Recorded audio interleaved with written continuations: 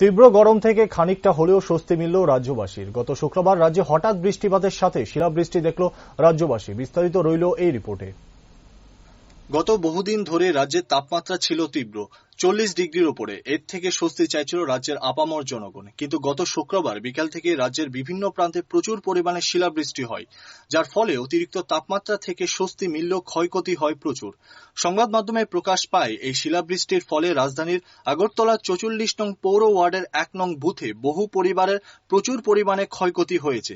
বাপি দাশগুপ্ত, মহামায়া দাস, অমৃত শুক্ল দাস, অসিত দাস, আশিস কুমার দাস, সন্ধ্যা মজুমদার, জোটন ঘোষ, সুজিত সাহা, অমিত দেবের পরিবার সহ আরো প্রচুর পরিবারের ব্যাপক ক্ষয়ক্ষতি হয়। বর্তমানে ওনাদের বাড়িতে থাকার জন্য ব্যাপকভাবে অসুবিধার সম্মুখীন হতে হচ্ছে। এখন ক্ষতিগ্রস্ত পরিবাররা সরকারি সহযোগিতার জন্য দাবি করছেন। আপনার বাড়িতে কালকে শিলাবৃষ্টিতে আমার ঘর পুরো একদম ক্ষতি হয়ে গেছে। মানে বাচ্চা টাচ্চা নিয়ে থাকুন সেরকমই আমি এখন সরকারের কাছে থেকে সাহায্য চাইতেছি, যাতে আমার কিছু একটা সাহায্য করে। আপনার বাড়িটা কোন জায়গায়? বাদারঘাট নেতাজি বললে। আমি প্রশাসনের কাছে চাইতেছি যে আমার একটু সাহায্য করতে, আমি ঘরটা যাতে ঠিকঠাক করতে পারি, করতে পারি, বাচ্চা কাচ্চা নিয়ে যাতে থাকতে পারি।